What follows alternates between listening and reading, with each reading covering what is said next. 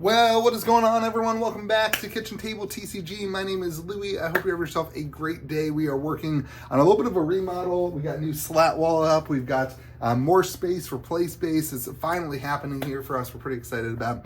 But today I wanted to have a conversation and take a break from the work to talk about Innistrad Remastered and Aetherdrift. Innistrad Remastered being the last Magic the Gathering set to come out last week, and then Aetherdrift, a set that comes out in just like a week or two. Pre-release, I think it's coming up pretty quickly, and it is crazy how quickly these sets are coming out.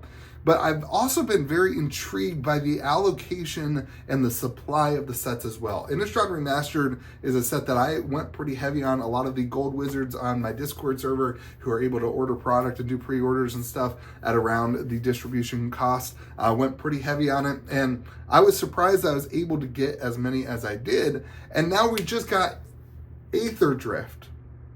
And I'm getting less Aetherdrift than I got for Innistrad Remastered. I'm very, very surprised about that. Here's why. Innistrad Remastered kind of came out as a set, and it's not even on Wizards of the Coast's like, hey, this is our big year in review. These are the big sets we're doing. They like completely didn't even put Innistrad Remastered on the list. I don't know if it was just like too early or they didn't think they were. Anyway, they just like basically didn't even put it on the list. And it being a all reprints, it just seemed very less to them. And so I thought the supply of that was just kind of going to be like a, on their books, something that didn't really matter. But then you take Aetherdrift, and Aetherdrift is it's the first standard set of the year. And I thought, hey man, like this needs to be a big home run for Wizards of the Coast and for the way that they do product and that kind of thing. So getting allocated, I'm getting as much Aetherdrift as I got of Innistrad Remastered from one distro. Like it's that kind of, and maybe, nothing really changed with my orders. Maybe I was like a little bit more pushy about Innistrad Remastered with my distro, but nothing really changed with the orders that I put in. And so to get cut on Aetherdrift, where I was anticipating getting everything I asked, is super surprising compared to Innistrad Remastered. And so if you look at the market, Innistrad Remastered has been relatively successful. I think collector boxes are sitting at like $335. I know that singles prices have cratered. That always happens on a reprint set. Everyone's going to freak out about it for the next 2 or 3 weeks. Then you're going to see those cards slowly climb. So I think really, if you're looking for those reprints, the Gristlebrand's, the Edgar Markov, if you're looking for those reprints, this is the time, I think, right now to pick up those singles. I think you're going to start seeing the supply shock happened, and then you're going to start seeing the supply fit, way out, and you'll start seeing those prices go up. But I think for booster boxes and that kind of thing, it's been pretty successful. That people seem to be excited about the serialized card. I think we saw sales at like $3,500 for the Edgar Markov serialized, which is higher than I thought it was going to be. The borderless foil cards aren't holding up as people thought they would. I'm not surprised by that. Again, we've kind of talked about this on the podcast. I think that the borderless poster cards have a niche market of people who like them, and then the rest of the people are just kind of like, it doesn't look like a Magic card, and they're not really that excited about it.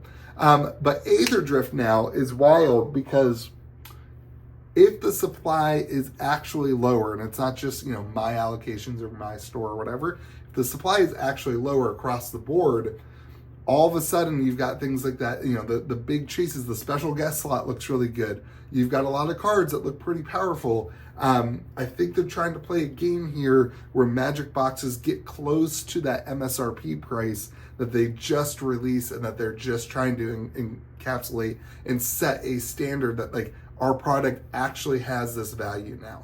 I think that's the game plan for Wizards of the Coast. They want you as a customer to feel like the product actually has value equal to the MSRP. So they're taking a supply cut on something like Aetherdrift, the first like major set with this MSRP. Actually, I think Foundations had that as well. They're doing a supply cut to kind of help solidify that price. And then the question is, do you start seeing them increase the supply down the run? We've seen this in the past where they will kind of bait and switch us. I hope that doesn't happen, because I do think lowering the supply of this product is good. I think it helps stores. I think it helps consumers have value in their product. You're not getting to a point with like Murders at Carlisle Manor where there's just not enough value in the product to hold up the end of the deal. When you purchase something, you don't want to spend $125 on a play booster and then have the cards be worth 35 cents, right? Like you want there to be value in the product that you open and that kind of thing. So I think if Wizards is willing to take less of a cut and lower the supply, and that can work, then I think it's across the board a good solution.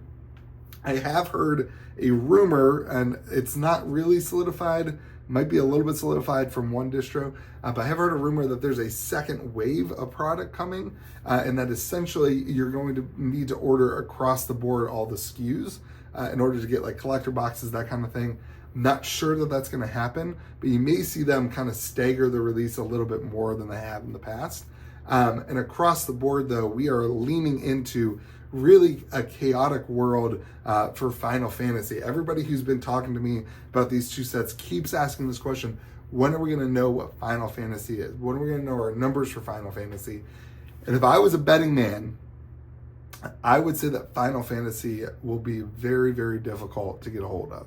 I think that as a business, as somebody who has to deal with distribution, I need to be playing some number games and increasing my spend to get to a number where I'm happy with the Final Fantasy set, because the hype is really building for that thing. And then if you add into that this kind of supply reduction, and then on top of that, you know, if you have the supply reduction across the board, if that's going to continue, you have the hype from Magic fans about Final Fantasy.